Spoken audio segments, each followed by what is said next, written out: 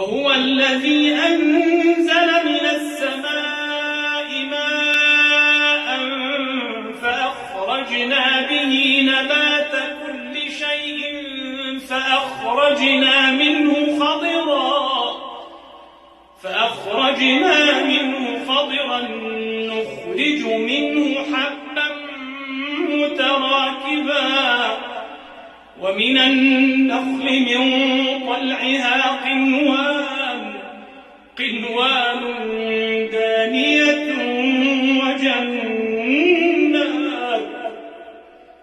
وجنات